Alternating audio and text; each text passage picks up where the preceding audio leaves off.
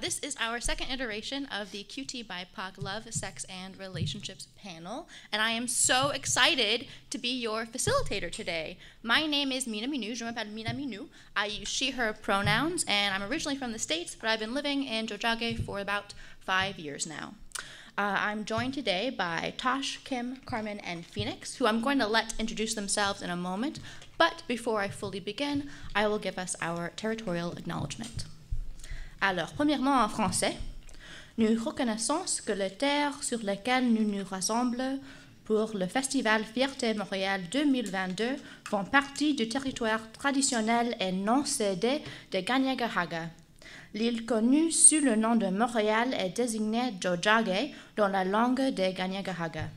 Il s'agit d'un site qui a longtemps servi de lieu de rencontre et d'échange entre les nations, y compris le peuple algonquin.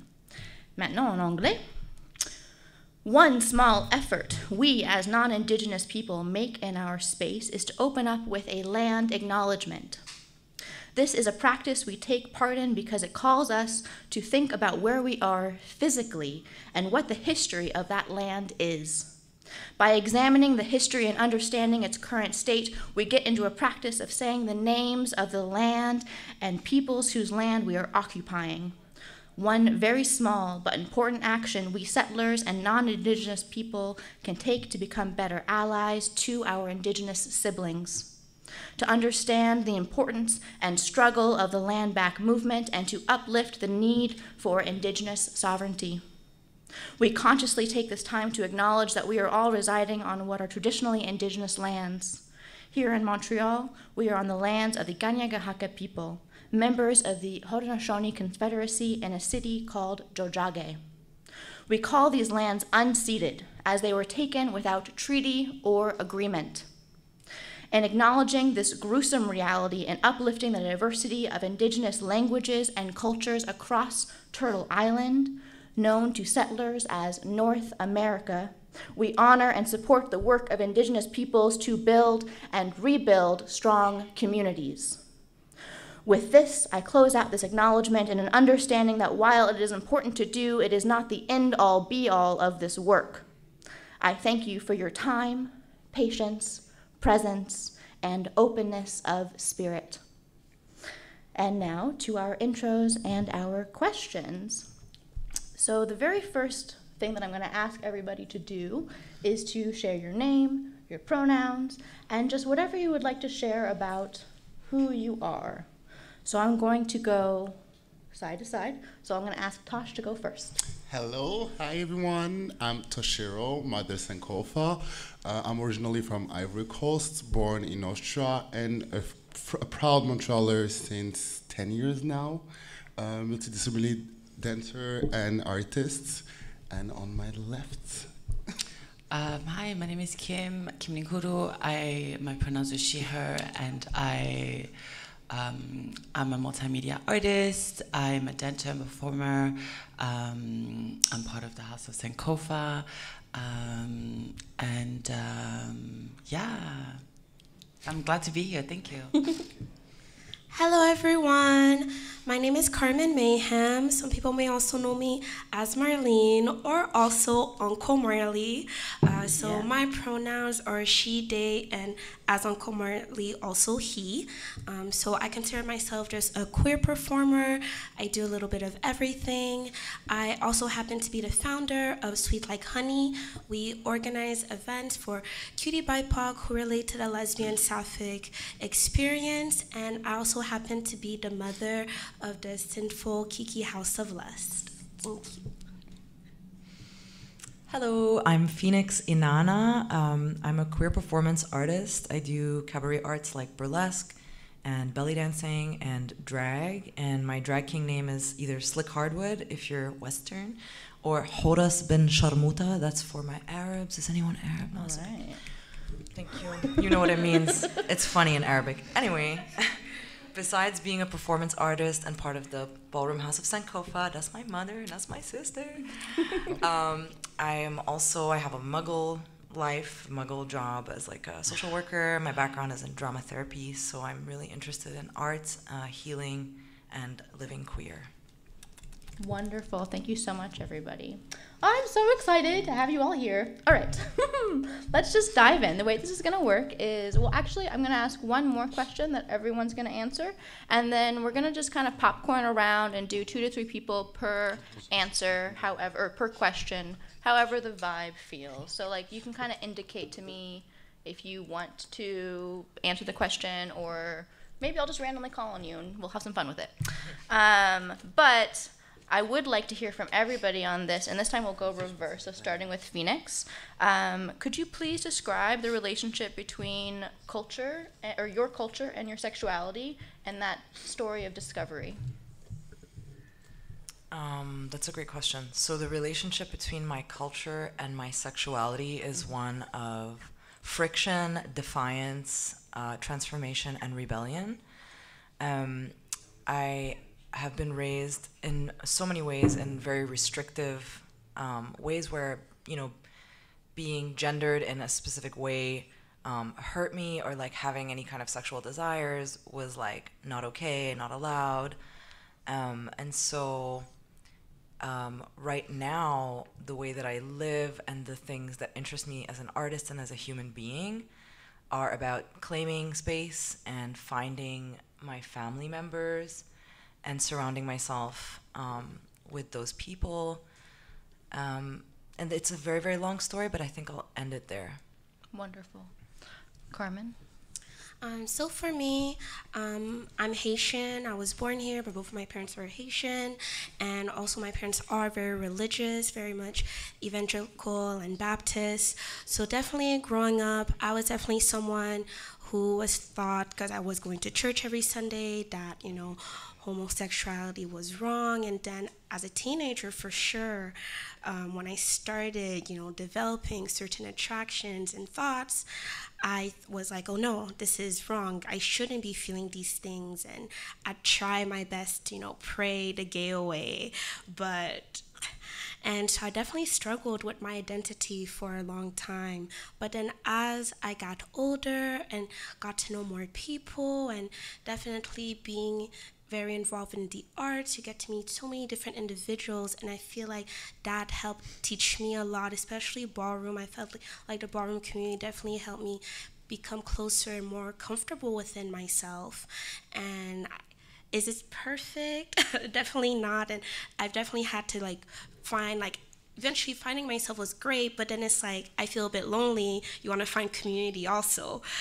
So then that's also why kind of Sweet Like Honey came about, as just a way to get people together, because feeling lonely is very isolating. And I've been through it, and I don't want anyone else to be through it. So yeah, so I guess that's kind of how, with my culture, since I'm Haitian, they always say like unity is important, and that is my way of bringing my culture and my queerness together. Beautiful. Thank you. Yeah, snaps, totally, please. Kim? Sure. Could you repeat the question? Yeah, we're talking about the relationship between your culture and sexuality, and whatever you'd like to say about your discovery in that realm. Sure, ben, je vais répondre en français, just to change it up. Je sais pas, je pense que c'est ma relation par rapport à ma culture et comme à mon être genre entier, que ce soit le genre, la sexualité,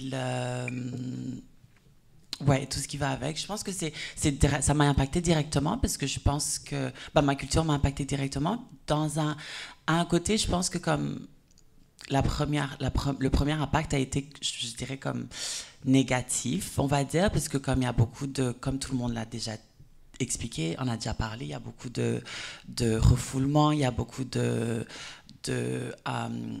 répression qu'on fait sur soi-même, qu'on subit de la société, de notre famille. So, bien sûr, comme le premier impact par rapport à de ma culture personnellement, par rapport à qui j'ai commencé à déjà m'exprimer, à être quand j'étais genre jeune, quand j'étais un enfant, genre, ça c'est venu toujours avec genre, mon expression est toujours venue avec une peur d'être punie. right? Une peur d'être... ouais, voilà, d'avoir une rétribution qui est négative par rapport à ce que je fais. Donc, le premier impact a été ça, mais je pense que aussi l'envers de cette médaille, c'est aussi le fait que je ne serai pas la personne qui je suis et que j'aime être maintenant sans ma culture derrière moi, sans les personnes qui ont fait genre qui je suis maintenant. Et ça, c'est entièrement à part entière par rapport à ma culture, par rapport par rapport à ma culture. Et peut-être c'est pas inné, peut-être c'est pas quelque chose d'inné, c'est peut-être quelque chose aussi que moi-même j'ai dû comme déconstruire et reconstruire pour moi-même et apprendre à interpréter et à voir les côtés de ma culture qui actually genre me voulaient de moi, genre qui voulaient me garder, qui comme on dit that were claiming me. Ouais, je dirais c'est ça. Merci. Et puis Tosh. Du coup, I'm going to do it in French aussi, comme ça on fera 2 en français, 2 en anglais. Je vais être celui qui est un peu chiant. Qu'est-ce que vous voulez dire par culture? Parce que c'est ça pour moi, en tant que personne de couleur, expatriée, immigrante de 2e génération, ma culture est diverse et multiple et intersectionnelle. Donc je dirais que le lien que je préfère avec ma sexualité et les cultures qui ont fait qui je suis aujourd'hui est un lien, comme tu as pu le dire, Phoenix, de friction, mais aussi de complémentarité. Je suis d'origine ivoirienne, donc de l'Afrique de l'Ouest, et la sexualité n'est pas quelque chose qui est réprimé dans nos sociétés africaines en général. On en parle, on en discute, on ne le décrit pas, mais on peut en parler. La sexualité n'est pas quelque chose qui est néfaste dans notre visuel et dans notre pensée. Donc la sexualité a toujours été présente, elle a toujours été normale, on en a discuté, on en a parlé. Mais je dirais qu'il y a une friction dans le moment où on rentre dans la description de la sexualité. Quand on veut lui donner un rôle, quand on veut lui donner une direction, quand on veut lui donner une binarité, là, c'est là que je dirais que ma culture est rentrée en conflit avec ce qu'on pourrait définir comme mon identité de genre ou mon identité sexuelle. Je dirais aussi que du fait de ces cultures-là qui sont diverses mais aussi qui sont multiples, il y a la religion qui se mêle à ça, il y a aussi la musique, les cultures musicales, les traditions qui se rejoignent à tout cela. Et je dirais que oui, c'est un double miroir. Je dirais qu'il n'y a pas vraiment de différence entre le refus que j'ai dans ma culture par rapport à mon expression de sexualité et le refus que je pourrais avoir par rapport à mon identité en tant que personne africaine que j'ai dans la société où je suis au Canada. Donc je dirais qu'il y a toujours cette espèce de dualité, de combat, mais au final, il y a une complémentarité parce que we are who we are and we are multiple. C'est ça. Voilà. Merci. Thank you all for your beautiful and complicated answers. We love to see it and talk about it. That's what we're here for. Before I move on to the next question, I just want to say hello to people coming in online from Facebook and the internet, and say that we will have a portion of time at the very end of our panel for people who would like to ask their own questions. So please do write that in the chat. I'm assuming there's something that says ask your questions here, and we'll get that at the end. So the next question that I'm going to ask if people want to raise their hand to answer is, what advice would you give to your younger self about coming out and coming into yourself? Carmen, you're laughing. Oh, I won't call on you. It's okay. Oh, no, I'm just thinking. Okay. I can answer that. Go for it. The message I would give to my younger self is you are doing really great. And not just that, I think that you're perfect. Oh. And the things that you feel shame about, or that you've been made to feel shame about in regards to gender expectations and roles that have been put on you, I'm really proud of you for rebelling against them. And I know it hurts, but at some point in your life, it won't hurt that much, and you'll be in a place where it's not just appreciated, but it's going to push you really, really far. It's going to take you places.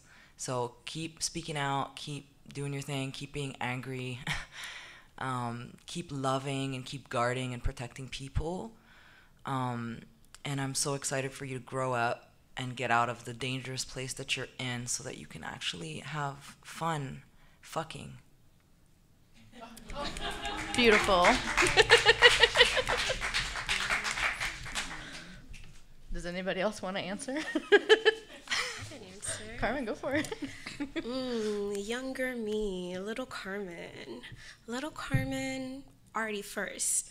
Stop wasting time trying to pray to get away. It doesn't work. Do take the time to not be so hard on yourself. Let's say, and most of the things you're hard on yourself for, so many people love about you, adore about you. Like, you inspire these things out of other people, yet society and all, and religion and the patriarchy, and the list goes on, made you feel, you know, bad and guilty and ashamed or grossed out or disgusted or all these things, and yet, you know, you push through and you didn't listen. And I like that. You're disobedient. Stay disobedient. Stay not listening. Stay listening just to your heart and really what makes you feel good and happy. And also just your intentions. You have great intentions, and maybe not everyone can always understand, but because you know in your heart you're not trying to harm anyone, continue doing you, boo-boo. Continue. Beautiful. Thank you. Baby Carmen. Any more? So I'm going to move to the next question. Okay. I think everything both of you said very beautiful things that I would probably also repeat to my younger self. Wonderful. Yeah. Thank That you. and like maybe just like one thing would be, I would say, you are going to make your wildest dream come true, you know? And I think that like, your wildest dreams come true. And like that's also like something that like I'm telling my younger self and that I'm also telling myself like Hell yeah. all the time. Yeah. Okay. And I got goosebumps. Yeah, me too. Phoenix cuss, so I'm just gonna, you unleash the I'm sorry, cuss. I'm No, I love it. I'm just saying that I'm gonna start cussing now because it's part of the culture of what we're doing. The next question. Okay, so this is not just a queer and trans panel, this is a BIPOC, so Black, Indigenous, people of color panel. I'm saying that, I'm underlying that, because the next question is, what are your top 3 red flags for navigating queer spaces? And I think that's a really important question for the BIPOC community, especially to share their wisdom, both for our allies to get better and for our, younger generations to know what's up.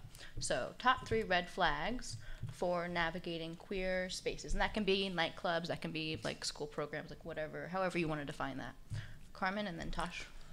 I definitely have like a very quick top 3. So first one, if all the attendees, like who it seems that the event is advertised for, is only white people, then usually these are not the spaces that I will feel the most welcome, because unfortunately I've attended certain queer spaces that were very white and I've dealt with a lot of microaggressions. And the thing is, if I'm going out, I just want to have a good time. These are not the type of interactions that I want to be dealing with.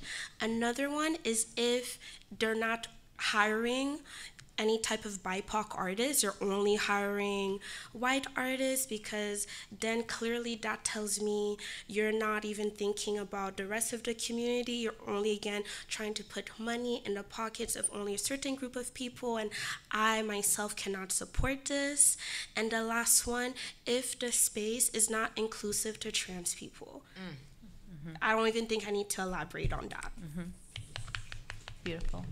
Wow, Carmel, t'as quasiment tout dit. Mais je vais revenir à l'essentiel. C'est, je pense que comprendre, voir un espace et comprendre qu'il y a un problème, en tout cas en tant que personne de couleur et personne du parapluie LGBTQ, ça serait de voir des espaces qui sont très, comment dire, très, qui se ressemblent, des trucs très carrés, comme tu l'as dit. On va retrouver que des femmes blanches ou que des hommes blancs. Je pense que ces espaces-là sont problématiques parce que nous sommes aujourd'hui dans des sociétés où c'est plus possible de dire qu'on ne peut pas avoir de personnes hors que nos communautés qui peuvent s'investir dans non seulement des événements qu'on met en avant, mais aussi dans les lieux dans lesquels on travaille. Comme tu as dit, si dans la représentation des employés, il n'y a absolument aucune représentation autre que ce qui est supposé être la norme, je pense qu'il y a un problème.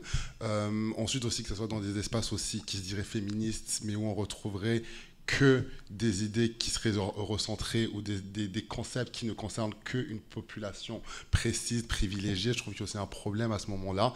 Des espaces où il y a aussi beaucoup de projections, où vous êtes vu ou que vous représentez une représentation de votre communauté. Je trouve aussi que ces espaces-là ne sont pas appropriés parce que nous sommes multiples, nous sommes diverses, nous ne sommes pas les représentants d'une communauté. Donc, vous savez, dans ces espaces-là, quand vous mettez en avant parce que vous êtes cette diversité-là, il y a un problème, and that is not to be preached. Il y a un problème, c'est soit du fétichisme, soit du racisme, mais malsain. Donc, on évite ces lieux-là. Et dernièrement, je dirais que c'est des endroits où on vous demande, c'est important le consentement. You have to be in a space where when you say no, it's a no. When you say yeah, it's a yeah. And people are here and listening to what you have to say. Moi, je dirais que ça serait ça, les trois red flags. Si tu n'es pas écouté, si on ne respecte pas ce que tu as à dire, ce que tu mets de l'avant, get out. S'il n'y a personne qui te ressemble, si tu vois que c'est un espèce d'endroit monolithique où les gens pensent de la même façon et que tout le monde te ressemble, get out. And thirdly, c'est genre, if you're surrounded by people that think they're like working for a certain cause et qu'il n'y a personne d'autre comment dire, qui n'est pas associé à eux, qui ne leur ressemble pas, il y a un problème aussi. We have to be diverse and we have to be in the spaces where we are being represented. Donc pour moi, ça serait ça vraiment les trois. I'd love to just add to that.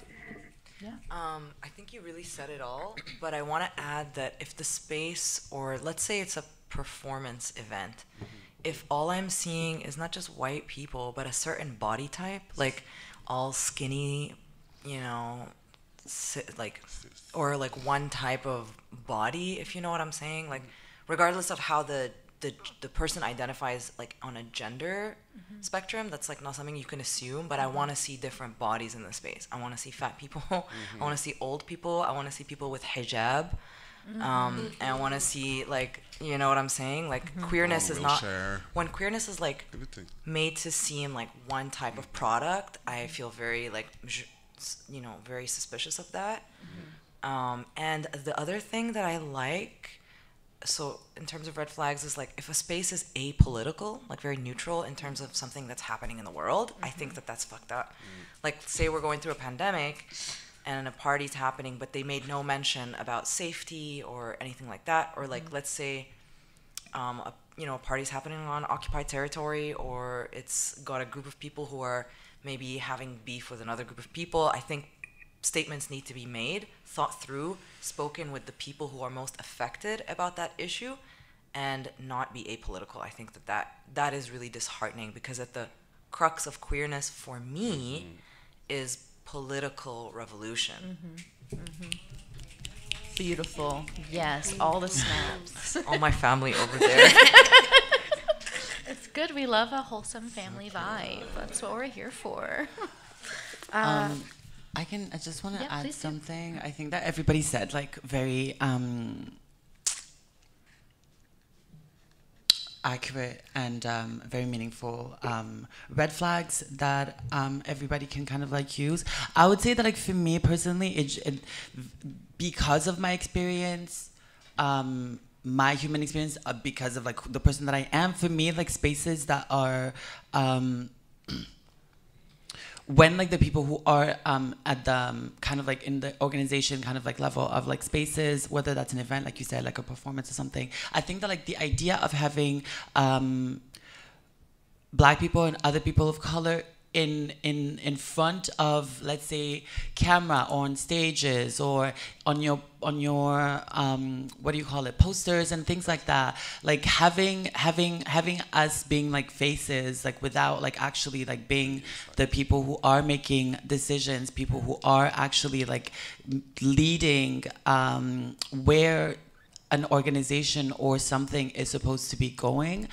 I find that very disingenuous and very extremely dangerous, actually, because I think that it very much like replicates the ideas of you know, people who can and people who can't, and just continuously just like create more and more of a gap between, you know, kind of like this idea that like, oh, if people don't have the resources, then they can't do it. Then but who ends up having all the resources all the time and being able to do things, and then kind of just like turning around and being like, okay, but like because I can do it, I'm gonna put you as the face because you can't do it. But this assumption that like people cannot is really just, it's kind of bullshit, right? But like also it's so apparent for me here in Montreal how there's a lot of spaces that really kind of just like use this kind of like blanket term of BIPOC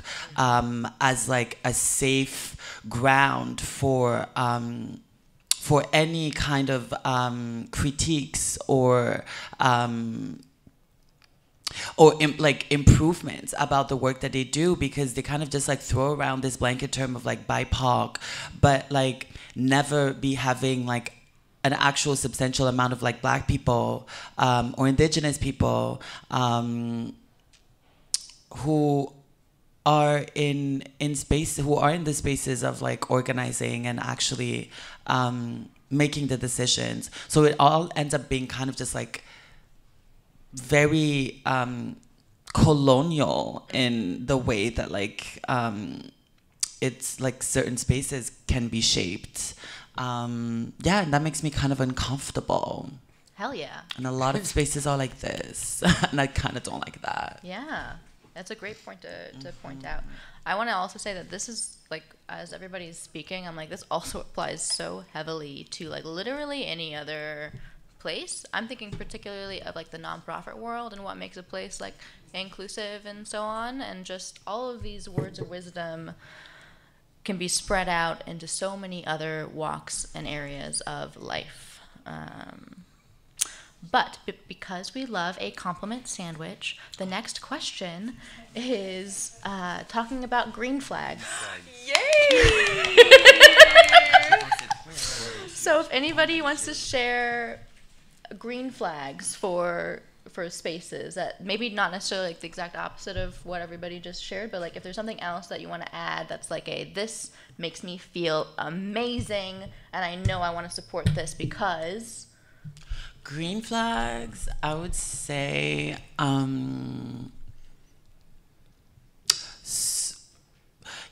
I'd say maybe, I mean, for me as like an event organizer, like someone who organizes event and who is also very, very close to my communities, like I love my people and my people love me. So That's right. Yes, that's right. it's true. it's beautiful. And so I'm very like it's very important to see it's very important for me to see like the love that people have and the joy that people be feeling in spaces that like I create or spaces that I help create, whether that's just like my house or an actual just like event that like I'm throwing. And like I've been creating these cookouts for the past like 2 years, I guess now. Like I started it during the pandemic. I think it was funny earlier you mentioned something about like, I don't know who mentioned something about like feeling isolated, like queer people feeling isolated, and like obviously like the pandemic was like a very isolating moment for all of us. Sometimes like towards the warmer month, like around like September, like early September, like I had like my first like little like cookout event that was also meant to it was a cookout only for Black people, and it was just to gather us, just to be together, and to also kind of like give back to people. And I think that like for me that's been like something that like I've really learned from, and have grown to see how like people who feel good about something, like it really shows as someone who organizes something, as an organizer, I guess. When people are really like feeling their soul and spirit kind of just like in peace, like in a space, like it shows. And I think that sometimes like it's just a feeling thing, you know, it's just a feeling. It's just about like creating the feeling. And and I think obviously like having the greenest flag for me is like when Black trans people are you know, spearheading the whole thing. That's like the greenest flag for me. I love it. Thank you. Sure.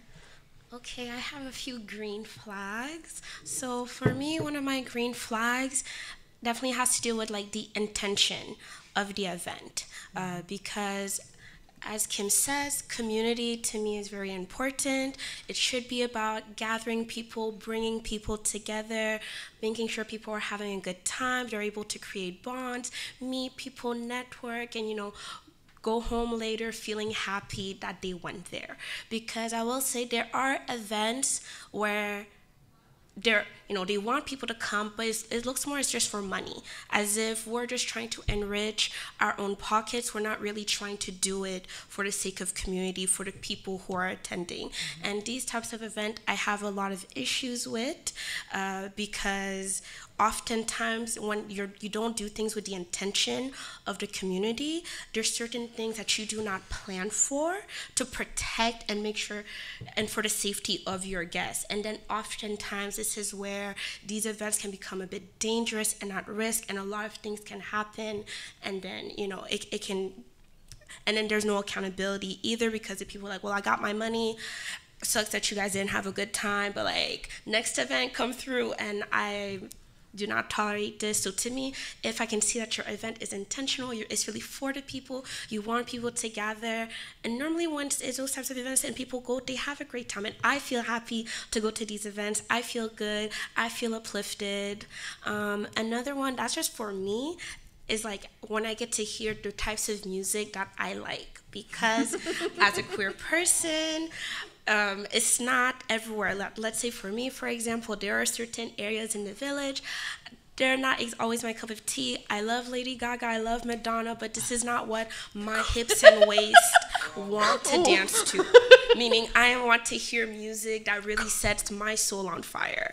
So to me, these are definitely a green, a plus. I'm like, ooh, yes, I'm definitely interested in going to this type of event. Mm-hmm. And also, if I see that the organizers are trying to make their event as accessible as they can. Mm-hmm. As in here in Montreal, we do have an issue where there are a lot of venue spaces that are upstairs. So then at that point, it definitely makes it difficult for people that have difficulty, walking if they're wheelchair bound or things of the sort. But even, let's say, when it comes to the queer community, people should also be thinking of being able to make the cost of being able to attend the events. Mm-hmm. As we said, no one should be feeling isolated, and definitely not just because they have lack of funds. Just because you have lack of funds doesn't mean you shouldn't be able to have fun with friends and meet people and gather. So meaning either having an event that's able to be free or having a few pay what you can tickets, I think is very interesting, and or even having things during the summer in a park where it's outside is also, more COVID friendly, for example. Like finding different ways. Of course, it can't be all events all the time, but at least if I feel like there's an effort, then already that's an effort in the right direction. So yeah. Beautiful. Thank you. I would like to wax poetic about Sweet Like Honey. Hell yeah. I have this like my big green flag. It's like the biggest. No. It's just such a beautiful. Yeah, I just want to talk about it. So, Sweet Like Honey is an event, like organization run by these three people: Fabi, Carmen, and Co, who's not here. And these people Fabi. And who? And Fabi. Oh, I mentioned Fabi first. I won't forget you. Come on now. And so these people really have their ears to the ground, and so they're really interested in what their community, how they define their community, and what they desire. So they're really wanting to know, what do we want? And then they're giving it to us. So it's like really hot and sexy and like nasty. And then, and it's like very intentional, as you said, Carmen. It's very like, Kim, you talked about employing Black people and people of color and Indigenous people behind the scenes and in the organization and in the decision-making process. It's not just the attendees who are like a spectacle for everyone to enjoy and like walk around and be like taking pictures with the cool Black person or whatever. You know, it's like real, everyone's involved. There's so many opportunities for you to be involved, for you to make money. I mean, I'm speaking about a specific event that happened this week that was very underground, and I made my money. Beautiful. So thank you so much. And I'm not done. I'm not done. So these people like will invite you personally, right? They won't just like have a party and like spread the word. No, like I receive personal invitations in my DMs, and that makes me feel so special. That makes me feel so cared for, so considered, so part of the community, and it makes me attend. It makes me want to tap. You get a personal invite, you're not gonna be like, You're gonna be like, oh my God, I have to go, I have to be there, I have to look good, I have to, you know, I feel accountable. I feel like there's a back and forth. I am part of the community. I feel very much like in it, you know? And then the other thing is these events, sometimes there's people who are in it that maybe are vulnerable to like predatory society. And so these people are really thinking about our safety and anticipating issues. I'm just gonna say cis men real quick, but anticipating issues and really putting a lot of thought into security and into listening for how things went wrong and what people's experience was at the event so that the next event can be even safer. And they're thinking about their event spaces. I love to be in queer event spaces, but like they're all closed, they're all dead. Like there's like barely any queer event spaces left. So often queer events have to just rent out certain spaces, and that's really complicated and really difficult. And we always have to deal with management who's kind of fucked up. So I really appreciate the work that Sweet Like Honey puts into trying very, very hard to make it as safe and enjoyable for us, and really watching out for everyone and listening and learning and like coming from the guts of the community out, and not just like what they think is gonna be cool. You know what I mean?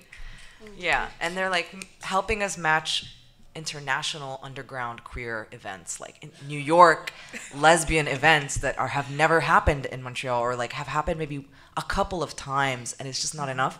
Now we can really boast a lesbian space, a sapphic space, and that is new. That is new, honey. That is you guys. I appreciate you. Thank you. Thank you. Wow. Okay, you guys are about to make me emotional. Thank you. Well, we do love Carmen. And Phoenix, it's like you knew the list of questions, because what a beautiful segue into the next question that we have. I did know the list of questions. The next question would be, what would you say are the best practices and resources for finding your space within various queer communities? How do you find them? Where do you look? I'm kind of looking directly at Carmen because, I mean, Phoenix said it quite eloquently. Carmen is really good at this. Well, in part of my, queer exploration, discovery of self, and wanting to find community, at first it started off, I guess, with trial and errors, as in you try a few different events as you hear about them. But the thing is, it's hearing about them, because if you're watching TV, it's not announced in the ads on TV. They're rarely in the newspaper or magazines. So then it's like, okay, thinking, like, okay, first everyone tries the village at some point, because we are, blessed to have a gay village here in Montreal.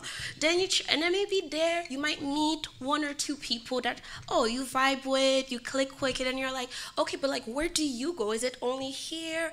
Are there other events? As in me, I was taking dance classes. One of the dance styles I ended up taking was Vogue, which is, a queer-based dance style. So then from there, I got to meet other people. They showed me ballroom. Through ballroom, I also met other drag artists. And then they were doing their own shows also outside of the village. And then you start making these connections, and then you start following people, and that's the thing, staying connected. Sometimes you talk to people, but then you forget to get a contact, whether it's IG, Facebook, phone number, something. That is how you can stay in the loop. The amounts of times people tell me like, oh my goodness, at your event, I met someone and we talked, we made out, we danced, but like, I didn't get a contact. I'm like, what? Why? They're like, can you help me find this person? I forgot, But definitely staying in touch. And sometimes it's easy to like you can't always stay, like, remember and know everything that's going on, but sometimes when you do find things that are interesting, on the spot, sharing it, you know, with a few different friends, and then the fact that they're sharing it with you, they also think next time that when they hear things, they can send it your way also. And so yeah, and definitely if you go somewhere, like me, as I said, I really like music. If I go somewhere and I really like the music, I'm like, yo, who is this DJ? Let me follow the DJ, because then you get to see where else this DJ is going to be playing next also. So these are different ways that I find to be navigating. And also, if I see, especially when I see other, like, BIPOC people, I'm not saying, like, I'm very, like, I could be on TikTok, and literally I see a TikTok where someone's like, where are the Montreal lesbians? Where are y'all? And then I'm just like, what? And then I go through the comments, and everyone's like, yeah, where's everything? I literally will click through all the people's names on there, see if they have an IG, and send them the info to pages to follow. So much effort. Wow. The labor. So much. That is love, a labor of love. Absolutely. I would like to piggyback off of what you're saying. Definitely there's no comparison to doing things in person like you're describing. But for me personally, in my journey as, you know, a Swana, a Southwest Asia, a North African person of Muslim upbringing, whatever, there isn't a lot of representation for me here in Montreal. Like, there's definitely a bigger Black community and even a bigger Indigenous community in the queer, like, world here than there is whatever we identify as, like, Arabs. It's not even the correct word. Swananian, right? Swanese. So now it's like, it's starting to come up, but we're really scattered, and, like, we don't have each other, and we don't know each other, and we are lost in these other spaces. And so Instagram has been so connecting for me to be in connection with international Swana queers, not just in Montreal, because, like I said, we're not represented very well here yet. It's happening. There's a lot of parties I'm going to mention in a second.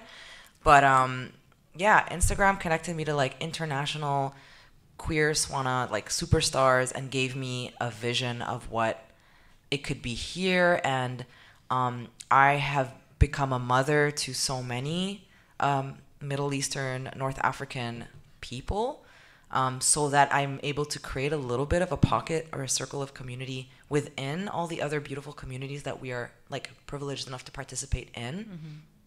And now there's, like, things happening, but because we, as a group of people who are very diverse and often have, like, very little to do with each other, except that maybe we speak Arabic, or maybe we're Muslim, or maybe something or something, it's kind of hard to find each other, because, like, we're just, like, this like massive, like, colonial description, and we're supposed to, like, belong to each other, and it's, like, very confusing.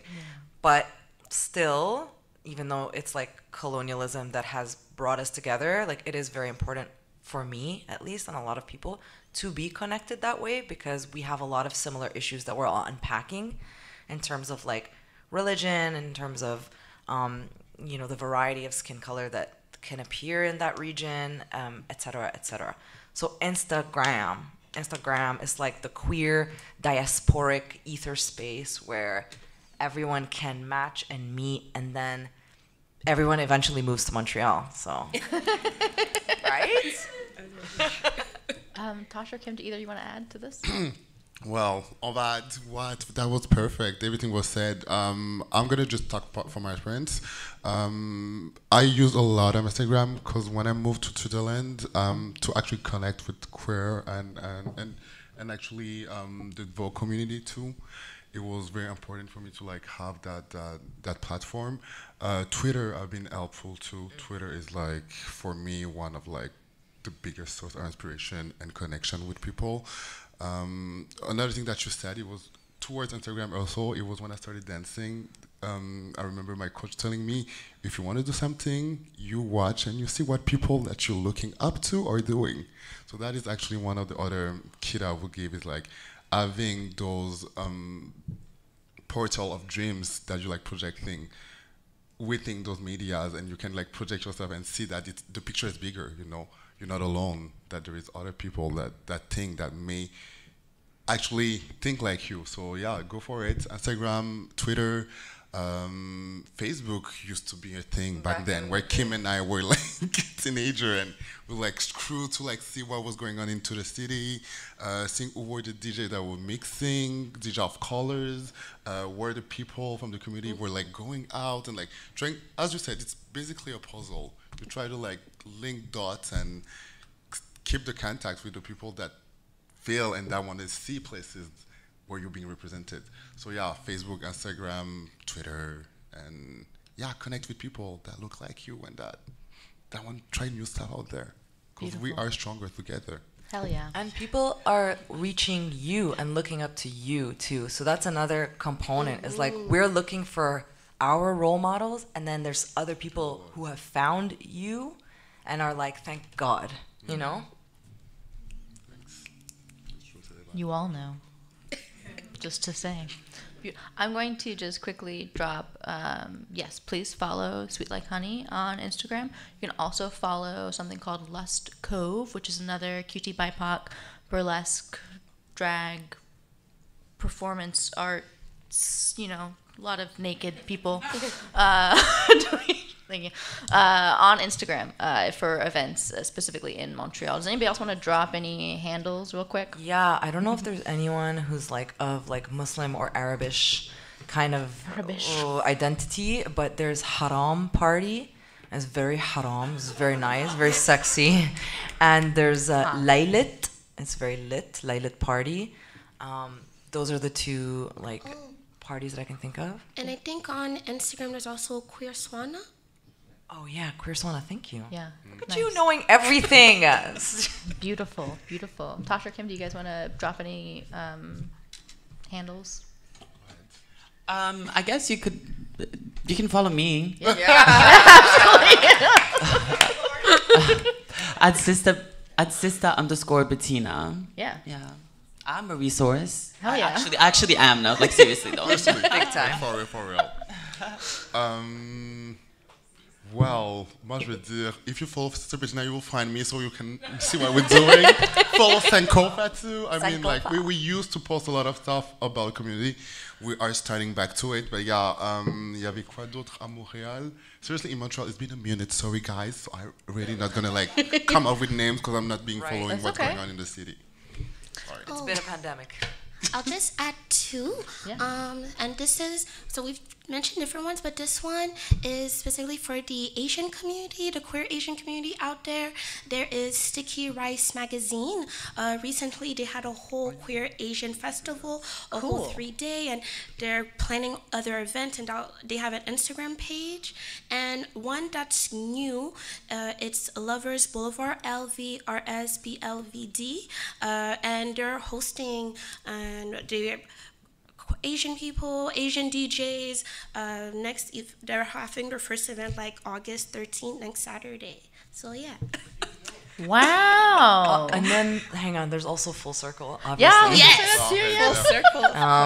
And Elle Louis, and then the other event, the other lesbians. Oh, Blush. Blush. I want to talk about Ballroom from Community too. I think that's an important Ballroom one for too. Community, Ballroom before for C. Community, Before C. which been working a lot. Hardcore. Et il y avait Never Was Average too, I think, that we can actually like follow too. They're doing Who? Never Was Average. Never was outrage? Average. Never was average. Okay. Wow. So many resources. Such wisdom in 2 tables.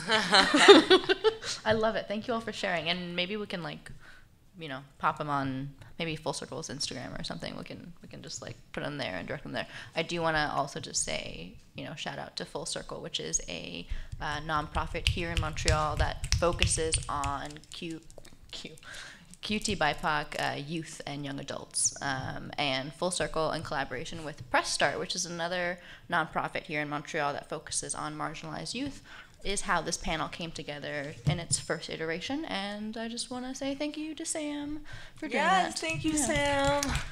But we have more questions. And now we're moving a little bit away from community and a little bit more into relationships and sex. Ooh. So, to start us off, something light and fluffy, what or do you have romantic role models? And I'm going to give some examples. Romantic role models for me, for example, Gomez and Morticia, Princess Bubblegum and Marceline. That's it right now.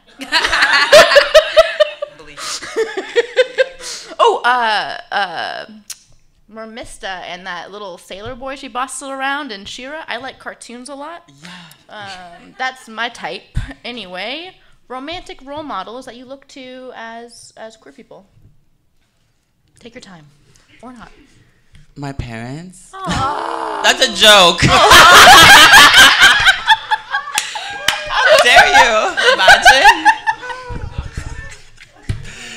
No, I would say maybe Bob's Burger and his wife, like the show. Like they are really fun. They're really fun. Wholesome. Yeah.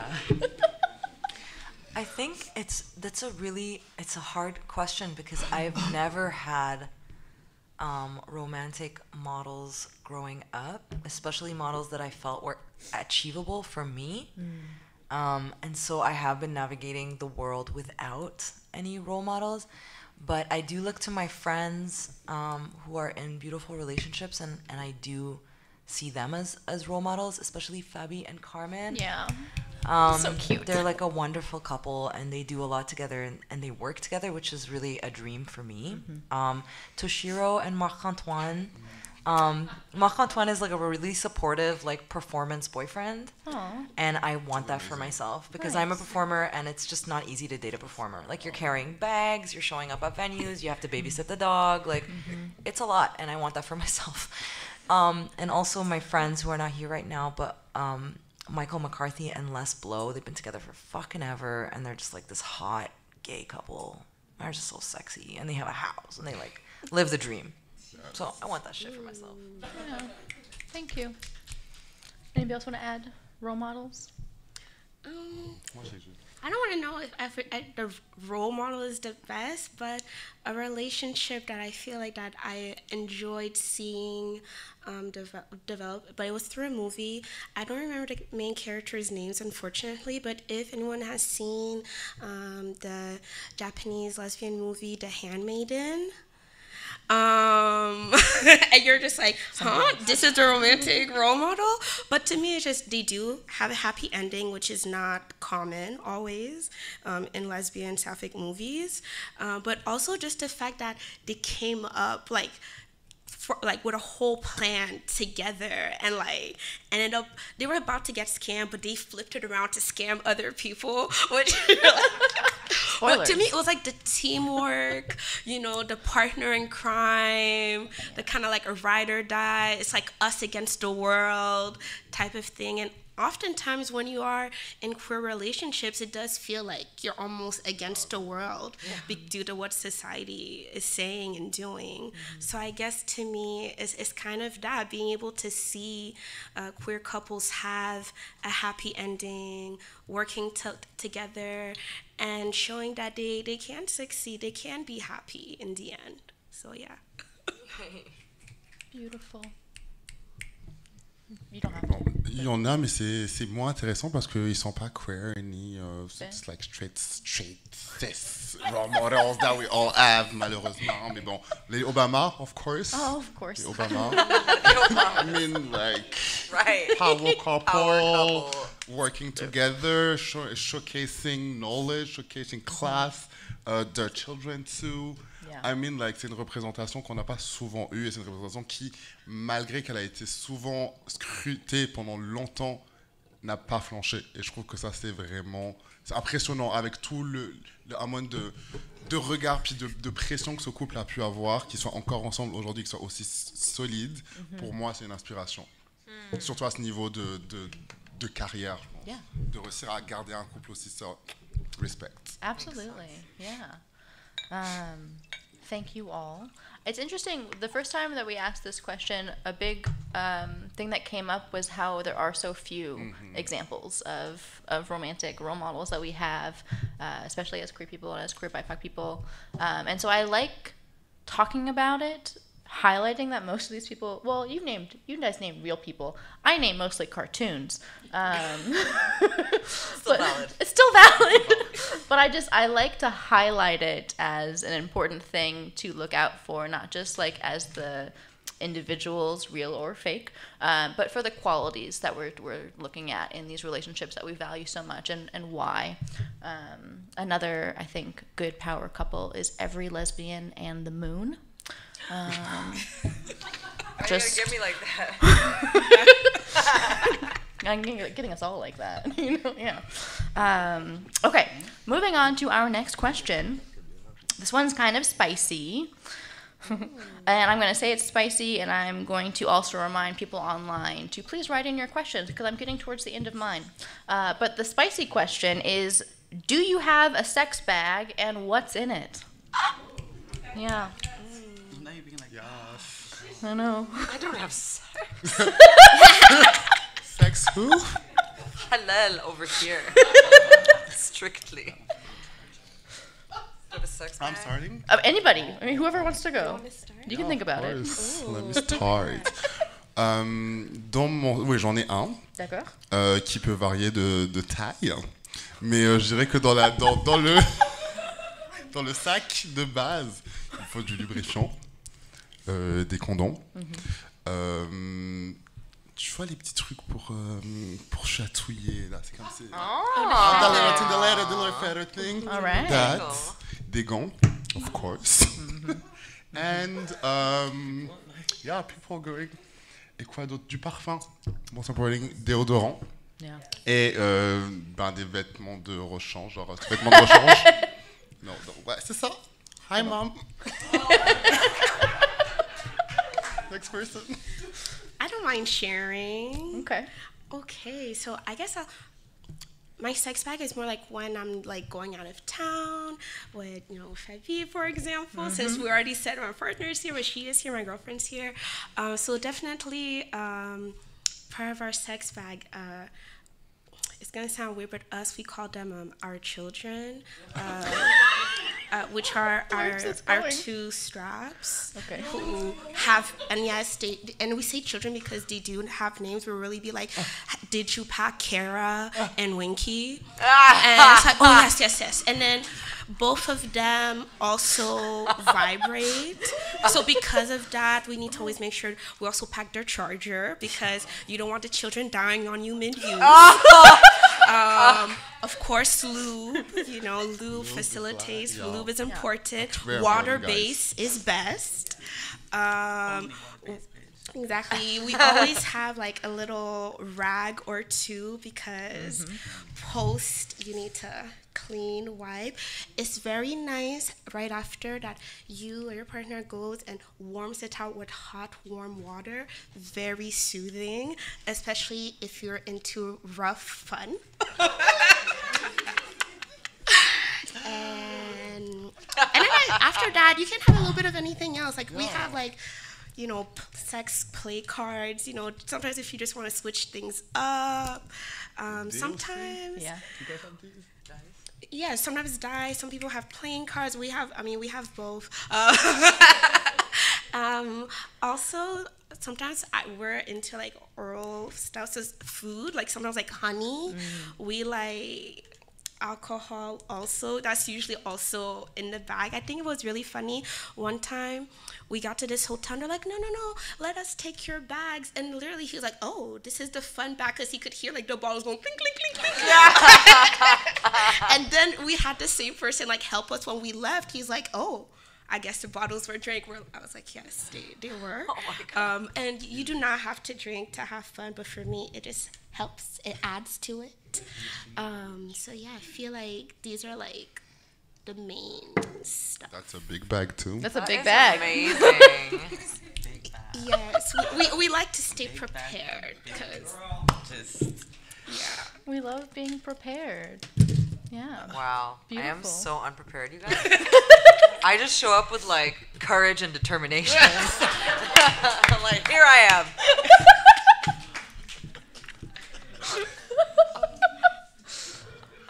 courage, determination, and Winky. I'm not going to get over that as a name. Yeah, it's Winky because he's purple. Okay. I know, I'm like ruining childhood. No, it's great. Because if you know Winky, you know it from the Teletubbies. Oh, I didn't get that. Now I get it, and it's worse. But better too. All right, anyway. Inspiring, thank you. Any other additions to our sex bag? Do you not have a... Okay, courage and Determination, determination. yeah. I don't. Good It's just like attitude. coconut Okay. oil, that's it. Oh, coconut All right. oil. Well, Coconut oil. exactly. Like, you know, sometimes like keeping it just like sweet and simple is also great. I think it's me. Yeah. I would say like very like similar. The beginnings start very similarly. Lube, condoms, and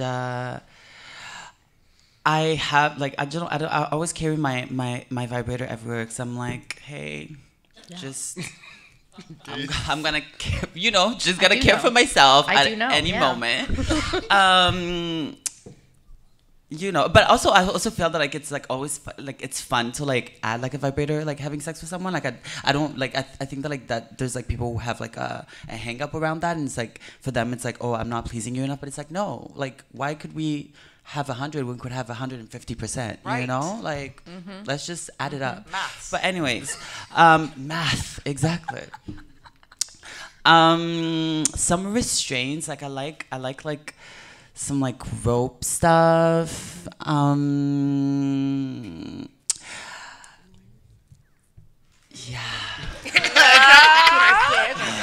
I will just edit there. Just edit there. Spicy. Thank you. Some ideas for all of your sex bags. I will add, and this is very important to me, clean underwear for the next day. I've gotten so many UTIs from staying out, and I feel like I have to say that. If you're listening, young people who aren't carrying extra underwear, fucking do it. Okay? Anyway. That's the one. That's the one. I'm going to ask a question that was not on the list and came from Carmen's DMs. So take that as you will. It's also not really phrased as a question, so I'm going to turn it into a question and ask how you pursue different levels of intimacy, meaning pleasure with or without sexual activity. So I guess this question is really around, how you began the process of or go on the adventure of building intimacy. I'm going to go ahead and say either with yourself or with a partner, and leave that kind of open to however you want to answer it. But specifically it says different levels of intimacy, meaning pleasure without sexual activity. So can I just repeat that? So it's how do you build levels of intimacy without sex? That's what I'm kind of getting from this. Okay. Yeah. How do we define Yeah. sexual? That's a great question. I mean, you can elaborate on that in your own answer if that speaks to you, because I do think how we define sex is very important, especially for us. I'd like to answer this question. Yeah, Phoenix. I think intimacy is like something I really am very interested in, and I love building intimacy with or without sex. I love the idea of creating intimacy, and I think a lot of the ingredients that go into creating intimacy is is timing. It's like building suspense in a moment and making a moment really long and heavy, and then sort of creating this privacy. Even if you're in a public space, like I'm an exhibitionist and I love stripping, and I love stripping in front of a lot of people. But I also really like creating intimacy in that public space because it can still be done. And some of the ways that I do that is slowness, depth, and creating like a private moment. I know that you know what I'm talking about. Like creating a private moment in a very public space is like a very like thing to do, and it's very hot and everyone's pussy gets wet. That's true. If you've seen Phoenix perform, you're aware. Yeah, I don't mind adding a little bit to that. To me, I always like to say you can always play up with your senses. So a big one to me is eye contact, how you're looking at someone, the gaze, if you're making sure, like, just, let's say, have you already, exactly, I just gave y'all a quick demonstration. And now she's, you know, blushing and feeling vulnerable, but exactly. And with that is like, you're giving, with your eyes, you're giving that person your undivided attention. You're making them feel special and wanted and desired and all that. There was no touching that was involved. And that can just be with your eyes. You can already if you're already making eye contact and you're smiling and then you look down at their lips, already that can say like, I want to kiss you. And even then you still haven't said anything, but just your gaze can say so much. Now, if we're going past just like the eyes, and because we said like in a non-sexual way in a way, but then if we have touch, even sometimes just like a small, and you guys know, like the little small rub on the knee, the thigh, even offering the person a massage. Like, massages are amazing. They make your body feel good. They're pleasurable. And the other person doesn't even need to do anything. They get to just lay there and enjoy and feel relaxed. And you can add oils. You can add scents. You can play up with the lighting. And then, again, with the senses, you have sound. It could be the music. Already, just you could have your own, you know, smexy little playlist where it just sets a tone, sets a vibe. But again, and that can just help people. Like, there's certain songs you're like, ooh, and that can be very different for different people. But yeah, definitely playing up on with your senses. And these are things that like anyone can do. And intimacy is not only, so doesn't need to only be with romantic or sexual partners. It can also be with your friends, because a lot of us, like, we love our friends. Our friends are our family. So whether it's giving them, you know, longer hugs, caressing their back, kissing their faces, you know, it can be in so many different ways. Just opening up, you know, there's opening up and talking about it. And that can be with just anyone, but I consider that to be so intimate. And sometimes, like, because that person is also putting themselves in a vulnerable space when they're opening up about, you know, things that could have happened or how they're even feeling right now, because oftentimes we don't want to talk about these things to everyone all the time. But when you do feel close and safe and comfortable and respected in that moment, and you're able to do that, that's so beautiful. And that can definitely help create, you know, very strong bonds. You're so cute. Thank you. Hell yeah. I'm gonna speak to maybe what you said about how to create intimacy for yourself, because I feel that like I feel like something about that makes me feel that like, I think that like you can't really know like intimacy like with people, like if you don't really hold like intimacy, like intimate time with yourself, and like don't have like, you know, like when you don't know how to like, let's say like pleasure your body, you know, and like pleasure your body in all kinds of like different way, whatever kind of way you want to interpret that in that moment. I think that like, yeah, like finding intimacy, like learning how to like care and love on your body and do all the things that you kind of like feel that like you want someone else to do it, to kind of like to do them for you. I think that like for me it goes with like, as like a performer, I think that like I think about like dancing, right? And I think about how like dancing and like having danced like since like I was a kid, like, and like learning my body and like learning movement like has taught me how my body moves and like how it exists in a space, and that also includes the bedroom, right? And that also includes like intimacy with people. I think that like there's like a lot of like good things that can come from spending time with yourself and like learning about what you like and what you don't like.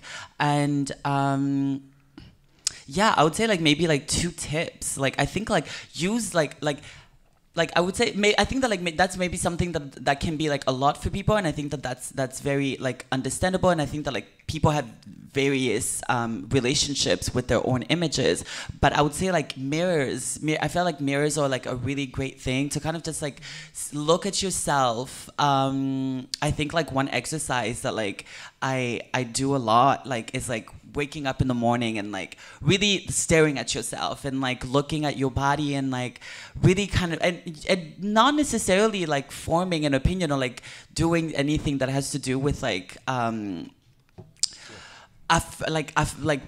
affirmation. Like I know that like a lot of people are in like there's like we can be into affirmation, and that's great. I think that like if you want to do that, like that's amazing. I think that like just like staring at it and like holding no judgment, just acknowledging that you have that you have a body, that it's there, and that like you are on a journey to love it, and to kind of just like have that practice of not being scared of your reflection and actually being drawn towards your reflection whenever you have the chance to. I think that that's a very that's something that has helped me a lot in like developing my own sense of an intimacy. And like a second tip would be one thing that I've like that has like kind of just like has been easier now for me to have like a locked time during my week, for example, to actually like care for myself, has been like figure out what day you were born, like not the month and the actual like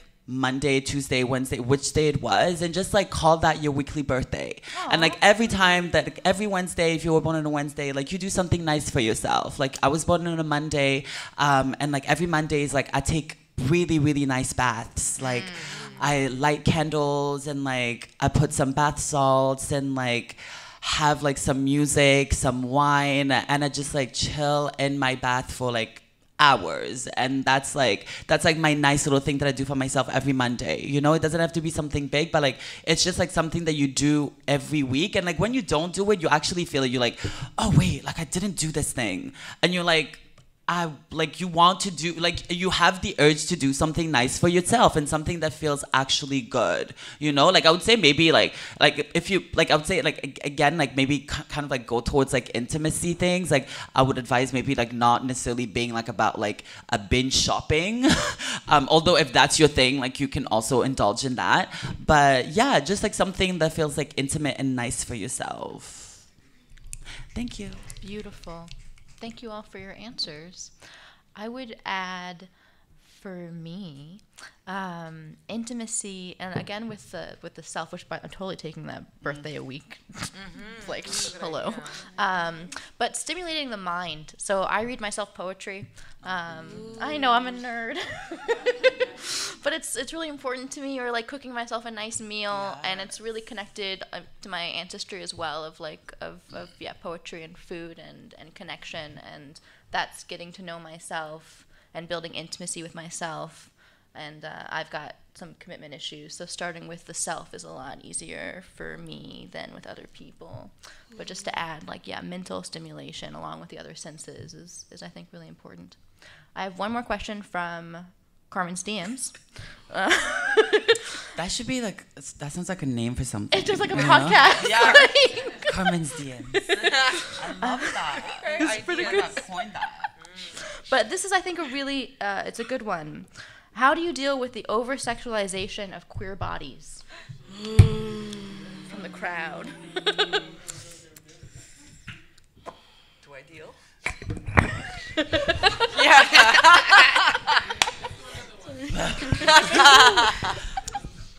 Another no. I don't even know how to begin answering that question. Literally, since the day I was born, I was hypersexualized. Yeah. Yeah. Yeah. Non, c'est vrai, c'est assez compliqué, c'est assez dur comme question, mais je vais y aller, since I didn't talk a lot. Je dirais que, premièrement, moi, pour ce qui m'a permis de travailler sur cette réalité et d'en prendre conscience et d'en parler, premièrement, je pense que c'est important depuis le jeune âge, parce que comme tu l'as dit, Phoenix, since we are born, there is that projection on us, especially women of colors that is even like voiced. Donc c'est de prendre conscience de ça, d'en parler, parce que j'en ai beaucoup parlé avec mes parents. Ça a été des sujets qui ont été abordés depuis le plus jeune âge, avec mes sœurs, avec moi, avec mes tantes. Je pense que il faut que ça soit su, non seulement dans la communauté, mais aussi à l'extérieur des communautés, que les gens se rendent conscience qu'il y a un racisme qui non seulement se lie à cette sexualisation, mais qui va aussi plus loin. On pourrait prendre l'exemple du racisme médical, où les corps qui sont de couleur ou les corps indigènes sont vus comme moins aptes à se ressentir la douleur, ou plus capables d'être résistants à certains traitements. Donc, de voir nos corps déjà comme ça dans une société, non seulement de façon sexuelle, mais aussi de façon sociétale, est un programme qu'il faut qu'on mette en avant, non seulement dans nos familles, mais aussi, je pense, au niveau éducationnel et à l'école. Que ça soit aussi discuté à travers les médias, parce que les médias nous en balancent énormément. On voit énormément d'images de sexualisation de nos corps, que ce soit au cinéma, que ce soit dans les publicités, et qu'il y ait un travail qui soit fait entre nous, communauté de couleur, pour déconstruire ces images-là qui aujourd'hui se répercutent sur nous et qu'on reproduit. Donc je pense que ça serait une des premières étapes pour vraiment comprendre cela et arriver à faire un changement dans notre communauté. Ensuite, je dirais que ça serait, comme qui m'a pu le dire, c'est de reprendre conscience de son corps, reprendre des moments où on est devant notre corps, où on ne projette rien, on ne met pas d'avis sur notre corps, mais juste d'avoir conscience que c'est le nôtre et que, comme tu l'as dit, on va vivre. We're going to go through a journey with that body that we have to like take a decision that is ours and it will be ours. So on doit l'aimer. Et je pense que à travers ça, de se réapproprier notre corps de cette façon-là, en ayant conscience de ce que c'est et de ce que ça représente dans la société. Et en se déconnectant justement de cette projection qu'on nous met de l'avant, je pense qu'on est capable de retravailler cette hypersexualisation, de la mettre en scène aussi et d'être capable d'en jouer, comme on pourrait le faire dans le burlesque ou encore dans le strip, c'est de reprendre ce corps-là qui a été mis de cette façon, de le réapproprier, de faire notre propre argent dessus, de pouvoir capitaliser dessus. Ce que ça fait à l'extérieur, je pense que c'est une façon aussi de vraiment se réapproprier notre corps et la violence qui a été faite à ces corps-là. D'étudier aussi les violences intersectionnelles, mais aussi intergénérationnelles qui découlent de cette hypersexualisation, doit aussi être un autre point qu'on doit prendre en considération. Et ouais, je pense que c'est tout pour moi. Ça serait vraiment ces trois axes-là, vraiment l'éducation, la reconnaissance des traumas passés, mais aussi la réappropriation de nos corps aujourd'hui pour récapitaliser à notre image et à nos valeurs. Yeah. Merci. Est-ce qu'il y a quelqu'un? I think I just want to speak very, very briefly to the idea that sometimes there is safety in hypersexualization, and then sometimes it's a very unsafe place. And it's very interesting for me as someone who is Egyptian, Muslim born. When I go home to Egypt, I just want to disappear. Like I want to just not be seen, and there's no way for me to not be seen. Like I could wear a paper bag and I would still be hassled, catcalled, and stared at. And it's very triggering and traumatic. And I want to be safe, so I want to be desexualized. But then there are moments where I know that in order to be safe, I have to play up my sexuality with whoever is projecting onto me what they want. And so like I'm able to do that too. I'm able to be like, oh, you want this from me? Okay, just wait right here. I'm gonna be right back, you know? And then fuck off, call the police, do whatever, you know what I mean? Don't call the police, but you know what I'm saying. Bring your big brother to beat him up. Yeah.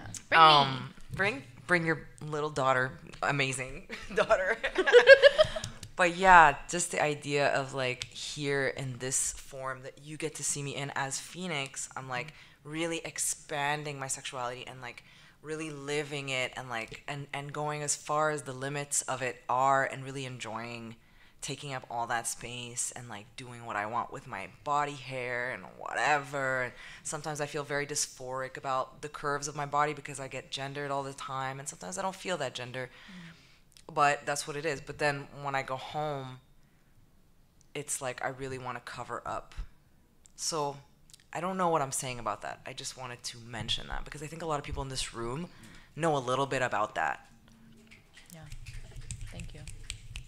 I mean, I think it goes into the power of like code switching, and you know, it kind of speaks to that, like who you want to be in each space, and there's power, and then there's not power in figuring that out. That's it. Yeah. Like when I go home, I play a role of like the good halal girl, and I can play that role in a heartbeat.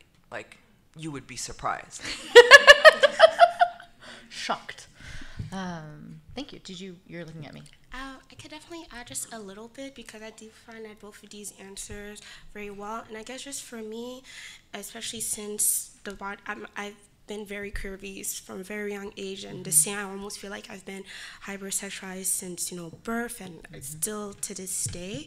And I used to really have a lot of issues with this, where I wish my body didn't look the way it was, but not because that came from within, but because I was dealing with everything else that society was projecting upon me and all the different things that I grew up, hearing and learning. So I feel like if you're struggling with these types of things, one thing is deconstructing, as in, okay, these types of critiques, these comments, all these things that society is saying, you can always break these things down, and then you just see it's always issues with the system. Meaning it never had to do anything with you per se. It's always with the system. Once you do that and you're like, well, the system right now, I don't exactly have all the control to change the whole entire system internationally, but now what do I have control? That's it, taking back that control within yourself. As in, just because society says so and so, but that doesn't mean that I cannot love and take care and respect my body in however ways that I want. That doesn't mean that I shouldn't dress my body the way that I want. Doesn't mean that just because I have this type of body that I shouldn't do certain things. Like I remember when I was younger, even though I love dancing, I love performing, I never thought that I could be on a cheerleading team, for example, because I was just like, this is not the types of bodies that I see. Yet, I could do the jumps, I could do the choreography, I had the rhythm, but yet I wouldn't even allow myself to even audition. But then as I grew older and I started deconstructing, I'm just like, this body can do it. So just because society's putting all this noise in my head, I need to block it out and still push through and still carry on. There's days it is difficult. It's not always, it's really a journey.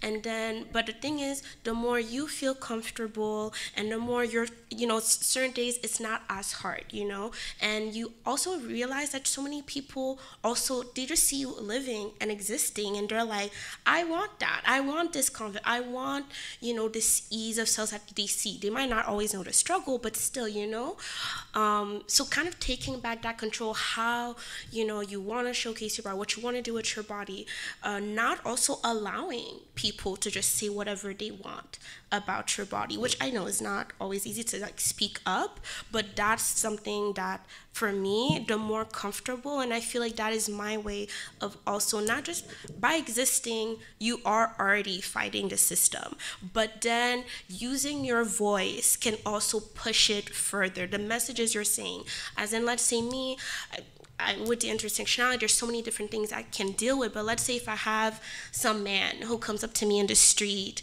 and let's say he's talking to me, trying to flirt with me, and I'm like, well, I'm a lesbian. And then it's just like, oh, but have you ever had dick before? Have you had sex with a man? Like literally, like right away, like this is a stranger, but they'll definitely, and that's the thing, they just hypersexualize queer bodies. Or it's like, but how could you be a lesbian? And at some points, you don't always have the energy to deal with these people. Sometimes you just have to carry on. But sometimes I do challenge their thinking. They're like, you need to, I'm like, how do you know you're straight? Sometimes they're like, well, how could you love a woman so much? I'm like, well, you say you're straight. Why do you love women? It's the same thing. Or sometimes they're like, you need a man. And I'm like, why? Because you've tried men, you love men? And they're like, no. But I'm like, well, clearly you're talking about how much I clearly need a man. So I feel like you're speaking because of experience. And sometimes you just need to make people question, like, what are they saying? Where is this coming from? Does it mean that for sure they'll change? No, but maybe they'll think twice before saying whatever random stuff they feel like to a complete stranger on the street. Hell yeah. Beautiful. Thank you so much. So we've got about 5 minutes left, and then we're going to take a couple questions from the audience / the internet. So internet, you know, there's 3 cameras. Do the thing. But one last question from me, and I'm going off script. I'm sorry, Sam. But rapid fire, 1 to 3 words, all of you, not at the same time, in turns. What do you value most about your queerness? Like the first 1 to 3 things that come to mind. Creativity. Creativity. My people. Yeah. The talent. I have 3 words: freedom, fun, and color. Yes. Beautiful. Yes. We are the blueprint to our heart. Everything we did it. Yeah. We breathed it all. I saw this meme, because of the internet, that was like, my queerness, I love it because it's asked me not to settle and to ask for more, and to see what else is more for me. And that's where I'm at. That's all the questions that I have. So I don't know who's supposed to read questions from the internet. It is not I. Oh, here we go. I think there are. I don't know. Are there questions? D'accord. Ben, c'est bon.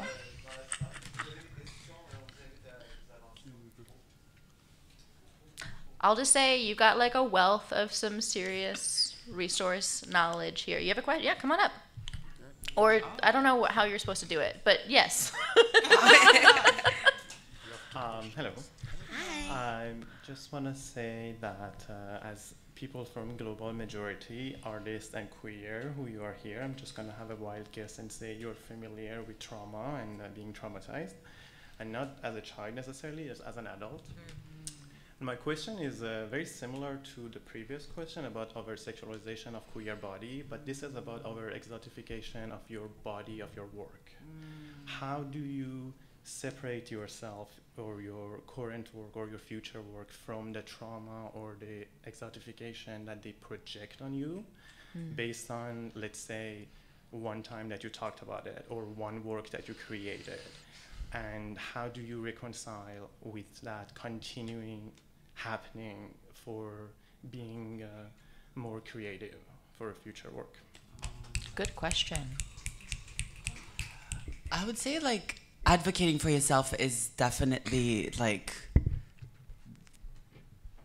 the key that I have found to be like the most important, because I think that like people will continuously do, especially people in the institutions that like we are trying to like, you know, that we're working with or like that we work for or that hire us and all of those things. Like people, I feel like will always do that. I think like self-advocacy and like kind of like learning to like speak up and like say like, hey, like this is like not like my work is independent from, you know, like just because like I'm like a Black trans woman doesn't mean that like all of the work that I'm doing is going to be talking about like these very specific experiences, but also these very specific experiences like mold the work that I'm doing, right? But like one is not like you know, what's the word that I'm looking for? Exclusive. Thank you. One is not exclusive from the other.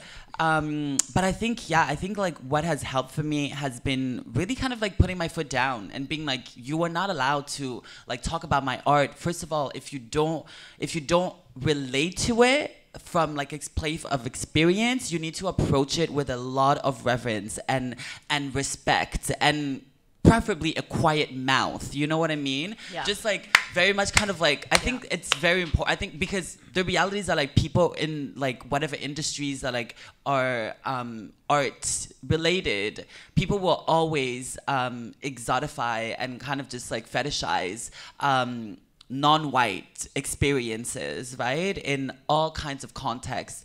I think that like, yeah, I think that like kind of it would be it would kind of like be like a little bit unrealistic to be like, oh, hopefully in a few years like it's not going like that. No, I think that like really like self-advocacy and like really learning that you have a say, that like this is your work, and like people who are hiring you and like who are like buying your work or like giving you like the space to express and like do the stuff that you're doing, like they're asking you because they want you. Like you have the right to actually like specify and talk about what your needs are. Like your need to be met in order for you to perform and to do the work that you need to be doing. And those needs, like only you know them, and like you, like it's important to communicate them, no matter how scared or how like unsecure you feel. Like I think it's like with the work of continuously doing that like it will just be like a second nature at some point.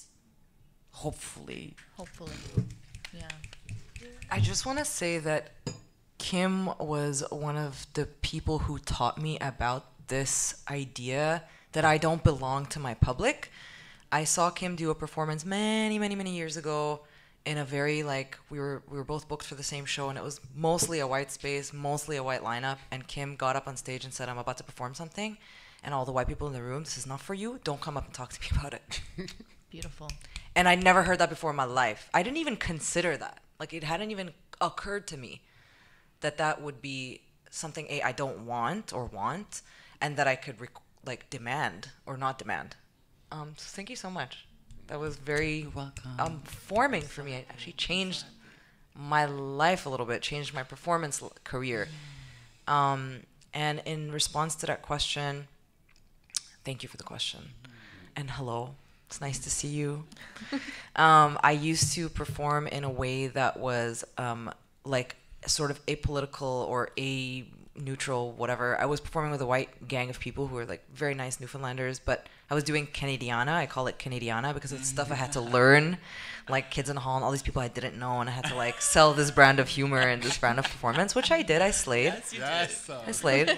But then because of Couleur, that beautiful show we were booked at together, I like opened up into exploring my own ancestry and performances, and then I kind of got fixated on it. And I don't know if it's like a dynamic where I'm being pushed into a pigeonhole or not, but it's all I want to explore. I don't want to explore anything else because I am feeling as a rebellious maybe person, maybe the personality that I have, I'm always counter culture. I'm always counter to whatever the dominant space is. And so being here, all I want to do is rep my people and rep myself and rep the unspoken voices in my experience and bring it alive and keep it alive and like recreate and reformulate and go back, but then go forward like Sankofa, the bird, go back and get it. It's yours. You belong to. And if I was performing in Egypt, I would probably do a little bit of a different topic. Like I would probably explore more of the queerness, et cetera, but I would still be focused on my shit, on my ancestry, on my culture. And so as much as I do feel very much about what you're talking about, that exotification, and for me it shows up in terms of being the token. So people are like, oh yeah, this person does shit about this group of people or this topic, therefore they're going to be the one that always does the thing about this topic. So that sucks. The tokenization sucks because it harms me, but it also harms my community. So the way that I get around that is I adopt people and then I distribute jobs out because I can't do all the jobs and I don't want to do all the jobs. I want to take care of my body. So I distribute out to all my children, and then all my children get rich and we all get rich as a family. So just to add also, I love that. I'm definitely completely in agreement with this, that you hear different jobs, you don't have to take them on, but if they are interesting, passing them on to other members of your community or family, and also just sometimes creating your own, not everyone can and all at the same time, but because I do create events and spaces, that is something that I like, is bringing these people together, as in seeing clearly that in these other spaces, they may be tokenized, they may not even be, you know, receiving their actual value for the work that they do, or almost like they're receiving crumbs or things of the sort, where me, it's just like, we have so much talent, and I want to showcase that, and I want to be able to pay people fairly, but in my way is also that for the other people who are coming into attendance, it's like, do you not see this talent? You should be booking them too, meaning I want to advertise them. So that's something. And me, because I do also perform, the way that I perform is that my talent speaks for itself. You come, you see me, you see what I do. If you want that to be part of your show, is because you thought that I have the quality that you need for, etc. But other than telling me the time, the place, how long my number can be, and if, for example, there's a theme to the show, there is nothing else about what I'm creating that you will tell me. As in, I like organizers that give me carte blanche for my performances. Yeah. Most of my performances, the organizers do not even know what I'm performing. Some of them even receive my music like an hour before the show. They're just, and that's okay because you book me. If you're booking me, it's because you trust my artistry. Meaning, leave it in my hands. If this is, sometimes people message me and they're like, oh, I saw you did that number months ago. I really like that number. And this is the thing, me, I rarely redo numbers. If you've met CARMEN or Uncle Marley, it is very rare that I redo a number just because the way my art is inspired, I'm creating whatever fantasy, dream, storyline that I need for myself in that moment. Whatever feelings, whatever things that I feel inspired that I want to express. And this can change per week, per month. Does that mean it might be more work for myself? Sure, but that's just how I like to express my art. Meaning, I myself will only take gigs that I'm able to do that. If there are too many restraints, I do not feel comfortable, but that's also because I have that privilege where I also have other work that I do. Of course, now when you're only performing and rent is coming and you need to get what you need, sometimes you have to play around and put yourself in things that you're not always for, but at the same time, in certain spaces, especially if you're being tokenized, boost up your price. Boost up your price. And also your community, talk to the other performers because they've worked with past organizers. They can give you, they can give you more information also. And that doesn't mean like, even if you're just doing like performance or whether it's, you know, a painting or certain galleries, like saying like, okay, I've seen you've worked with them. How was that experience? That way you can be more aware because sometimes you hear things, you're like, oh no, I can't associate myself with you, with this project. While other times you're like, oh, I've heard great things about this. I'm actually down. So yeah, these are just my little 2 cents. Yeah. Good 2 cents. Really good. I'd like to add also, like, because I'm also a performer. Hello. I don't do all acts for all people. And I've got quite a wide range of characters. And specifically, I do like clowning. So I'll paint my face all white and create something new that is completely unrelated to maybe my like personal cultural background. I maybe have like 2 or 3 acts that are really deeply personal that I will only perform in a few spaces. That's not to say that I'll take gigs that people think are problematic because I'm a little gossipy person and I like to know what's going on and who's doing what. I think it's fun. But I won't give them, you know, what is really personal to me. I'll give them like an ice cream man or like something really silly and removed for fun. But I also want to just highlight what Phoenix said, because like Phoenix was a really important person for me to discover online and then get to know as a human being, as like an Iranian person, meeting more Swana people in the performance world. And so that battle of exoticizing has been something that I've been contending with a lot recently because I do want to dive more into cultural work not just performance-wise, but also like in my painting and like on other things. It's really important to me. But figuring out how to share that in a way that is like not commodifying myself, that's like definitely getting my money, but not in like a capitalist colonial way, like branding is real hard. And you do have people, and you do have people that will play it up for the opposition for white people. It's the first word that came to mind. Good word. Thank you.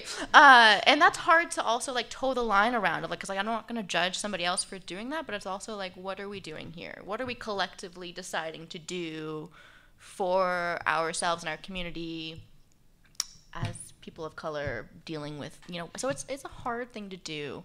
And the community aspect is really, really important. I feel much more solidified, much more grounded when I know I'm doing things with support.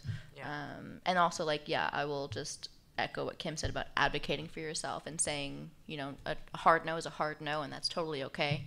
And something that's hard to get in the practice of doing, but it's really important for us to get in the practice of saying, like, this isn't for you. I might perform it in front of you, but, like, please don't approach me about this, or, like, I will not perform this in front of you because of X, Y, Z. And being clear about that is honestly, like, a service to other people, because they're not going to ask dumb questions to other people because you've just told them no, Yeah. Anybody else? Any other questions? Yes. Hi. Oh, hey, yes. Hi. Okay. And then you in the back. Thank you so much. I'm really enjoying this. I wonder, because recently a friend of mine asked me if I would do diversity work. And yes. And I want to know, how do you enter a space and determine if it's safe for you? Like, what qualifies as a foundation of, I'm safe here for you? Because I'm never safe personally, but that maybe is real. That is I real. hear you. I think as a performer, because I can only speak as a performer, I mean right now, if I feel cared for as a performer, if the person booking me is interested in my safety and comfort and enjoyment, like, little perks or whatever, drink tickets, whatever, you know what I mean? Representation and visibility, if I'm seeing people who are not of a dominant majority invited, and like, if it's not using words like diversity and even like inclusion is a bit, it's just so unspecific. Like, it's like Kim was saying earlier, BIPOC, like, we're all just grouped together because we're not white. But we don't have anything in common except white people is our commonality. You know what I mean? So, yeah, I think specificity is really, really awesome and nice. But of course, that's complicated too, because when you're specific, you are necessarily excluding, right? So I'm curious about other people's answers to this question. I actually have answers. I'm actually a D&I worker in the nonprofit world, so I go around and I tell white people how to be nice to non-white people, and I make it very clear when somebody comes up to me about asking for a workshop or something. There are things that I will do in mixed groups, and there are things that I will do when I am the only non-white person in the space. And I ask in advance, what's the demographic? If they give me attitude about that question, I don't take the contract. If they tell me what's up, I will send them, like, very clear boundaries around what I will answer, what we will talk about, how I expect to be talked to by the people that I am educating at that time, and different exercises and a lot of resources. And I use my big kid voice, and I say, this is what we're doing. You can listen, you can observe, you can absorb, and then you can go home.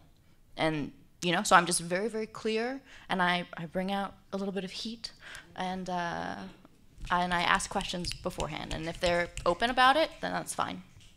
Yeah, but you can reach out to me after if you want to talk about D&I stuff. I'm happy to do that. Yeah, I'm nice when I'm not being mean. Was that you being mean? So cute. There was a question in the back.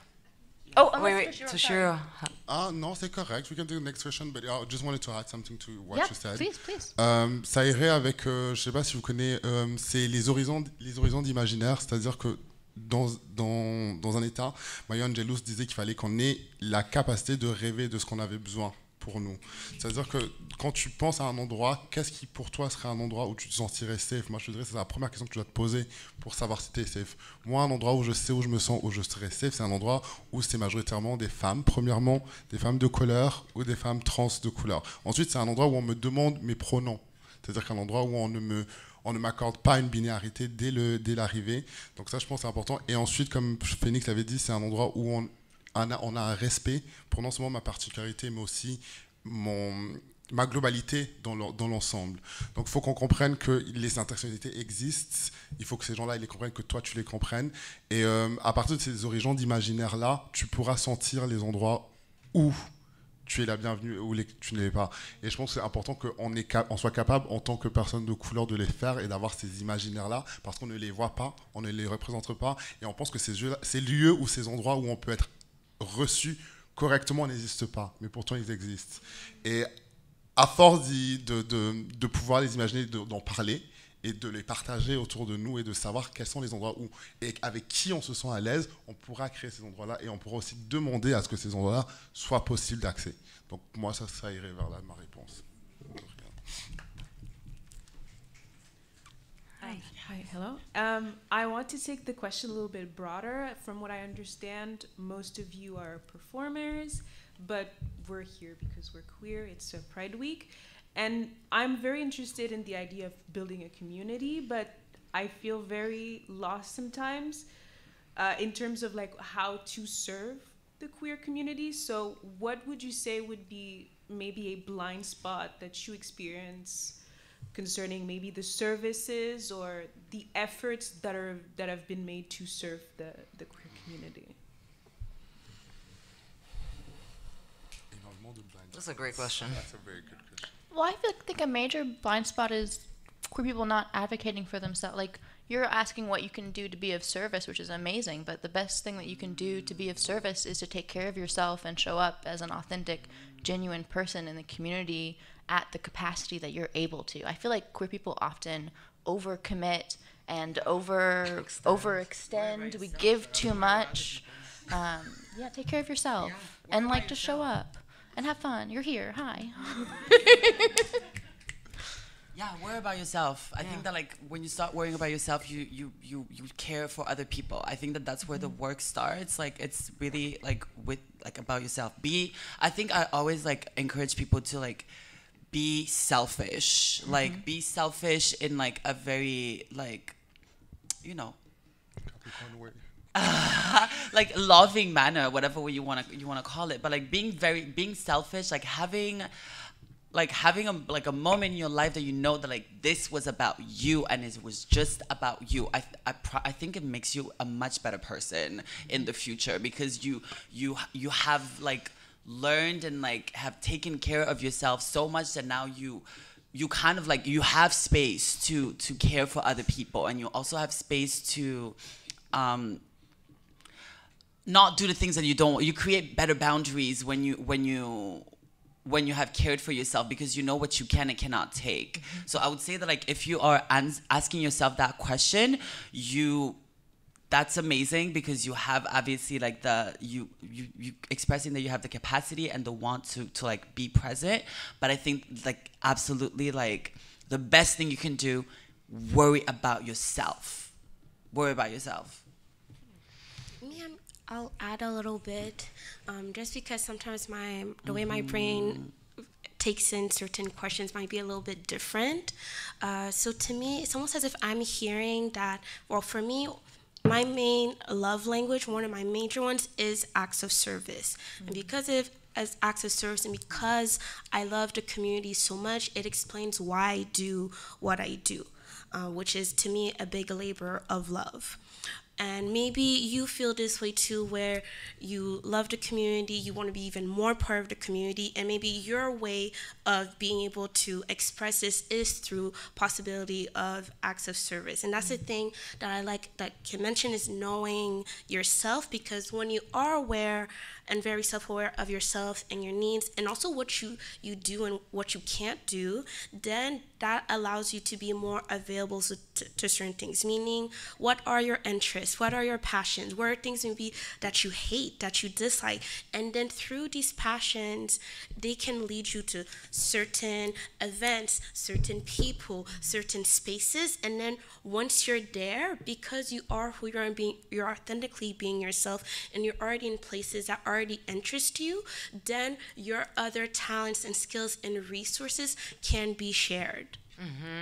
Yeah. So, and that's not just with you, that can be with anyone or even organizations, realizing what is it that you have, whether it's, physical, mentally, emotionally, things you're capable of, resources you have, what are things that you enter. And when I said passions, I also said things that you hate, meaning, you hate transphobia, what you're gonna do is you're gonna go join the trans march tomorrow, and you're gonna walk, and that's you doing your part for the community, and that's from a passion of yours. And that's something that I think anyone can think about doing, and just seeing exactly, being aware of self, and then from self going towards the things that interest you, and then from there being able to showcase yourself and share what you have with everyone else. And that's the best way to just be authentically yourself and not being put in a box either. And then at that point, there's certain things you won't even have to look for, they will just come to you. I love that, and I just want to synthesize the two answers that were said, and just kind of put the question back on you, as a queer person of color, you are the best research subject.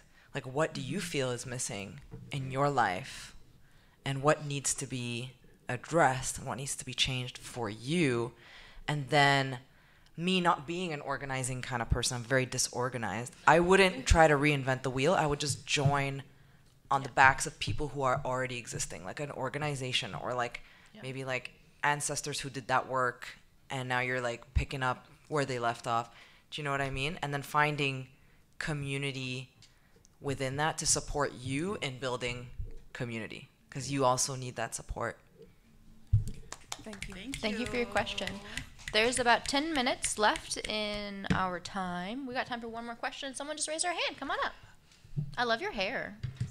You're welcome. Epic. So earlier you mentioned, when you talk about the safe space, you mentioned you want to go to a space where you want to see different kind of body types. So that's kind of where the root of my question is. I go on a lot of online queer Asian forums, and one of the issues that got brought up over and over is body dysphoria.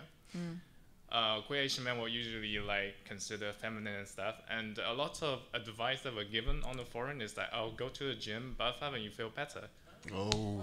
That's actually a lot of the advice people are given. People were so that's a thing. I want to assume that that's not a wrong approach. I also don't want to assume that there's a right approach or something, but there's also kind of two school of you should learn to love your body and accept your body as it is, and then people who want to hit the gym and change their body shape. I don't want to think that either one is bad, but it's very conflicting. And sometimes I struggle with that. It's which is the right way.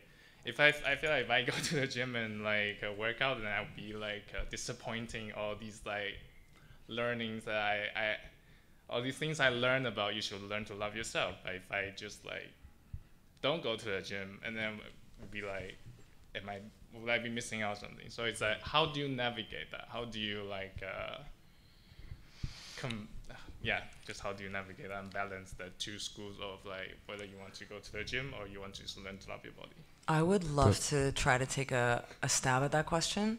I think there is a great balance between taking care of your body and having goals of strength and different abilities that you are trying to strive for, without discounting yourself and therefore other people with different abilities by doing that. And there's really like a lot in moving and striving and stuff like that, but then there's also, you have to rest, because in every body, movement is good and rest is good, and the idea is finding a balance.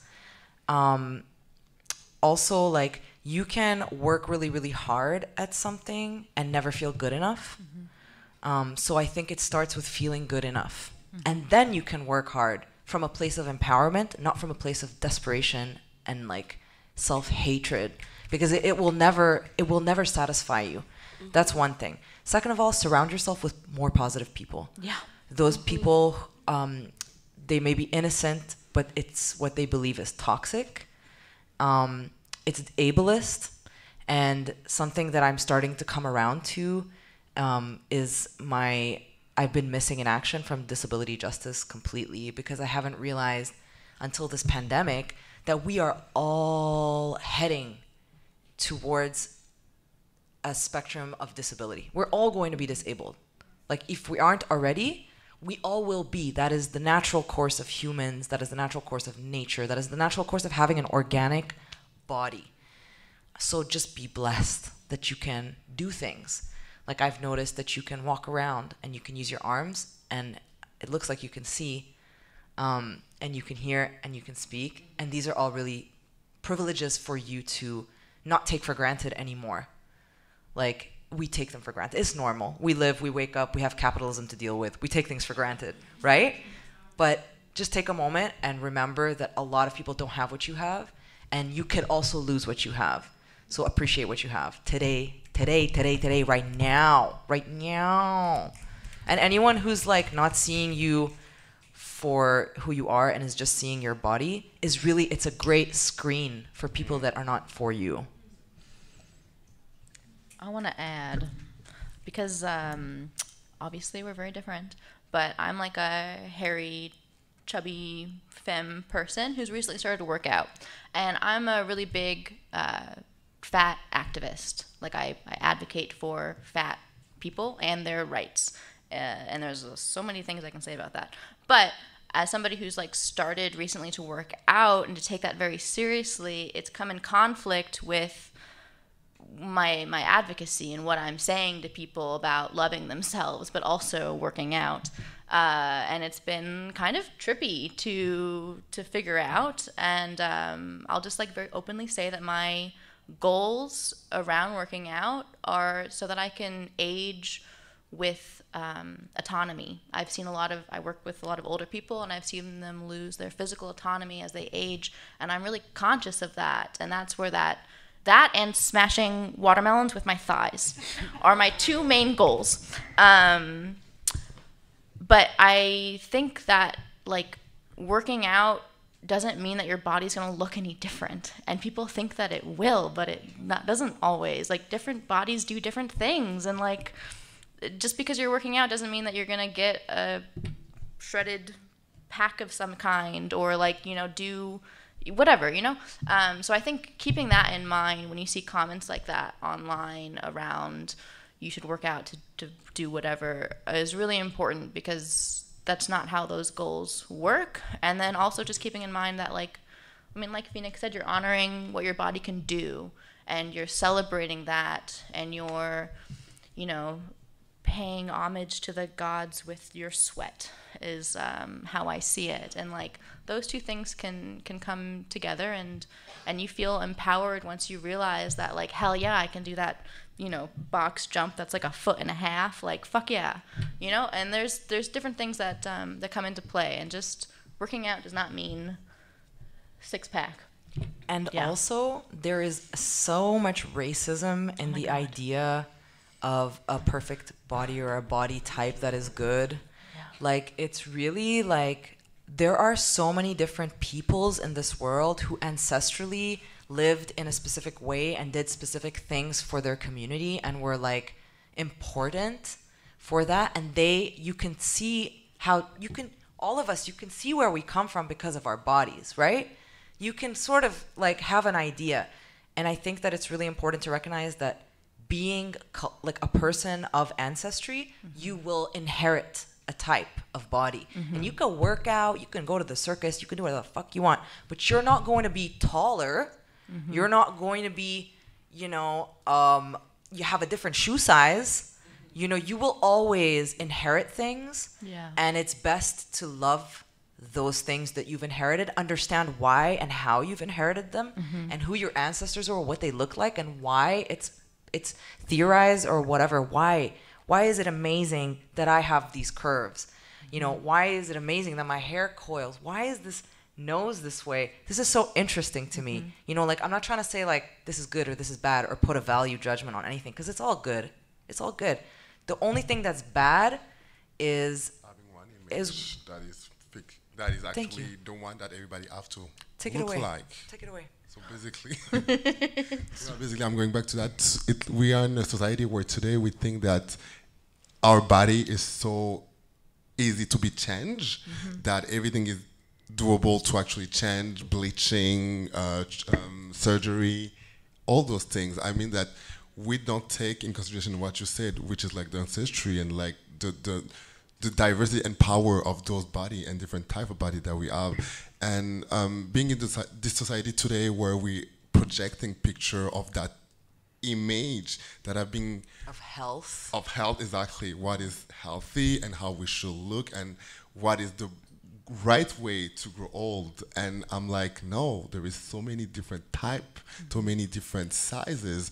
And growing up between Africa and Europe and seeing that actually those body was being valued in some other country and was devalued in other country made me understand that those imagery that we're being pushed through are not necessarily linked to us, and they're like the projection of the society that they want to see on us. So being able to go away from that and taking in consideration everything that is ours and what we can change in a healthy way without wanting to look like somebody else is actually not a bad thing, because working out is part of like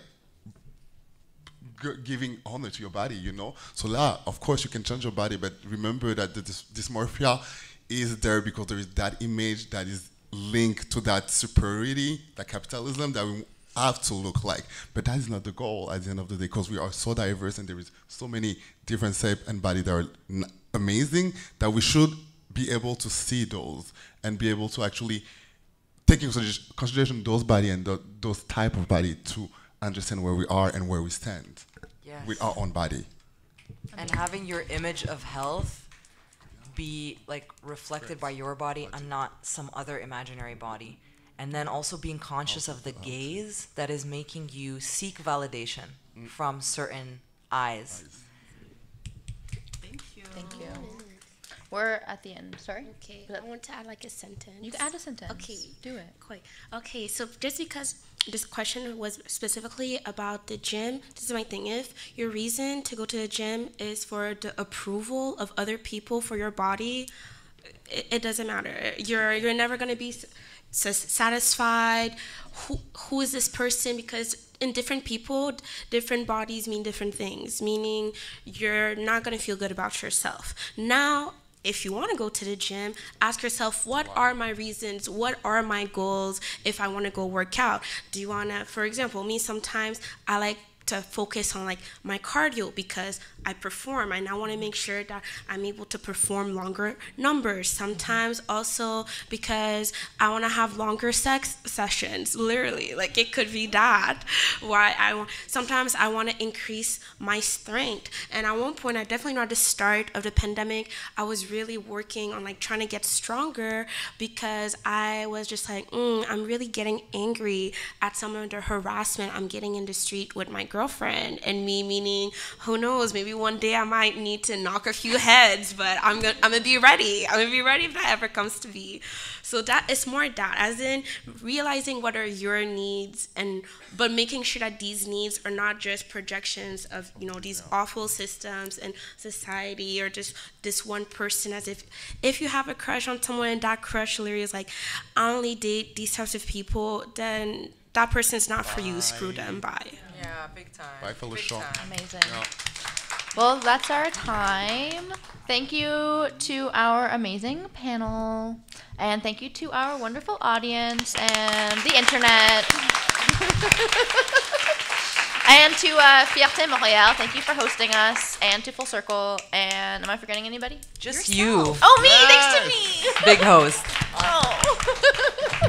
Thank you. Have a lovely weekend. Thank you.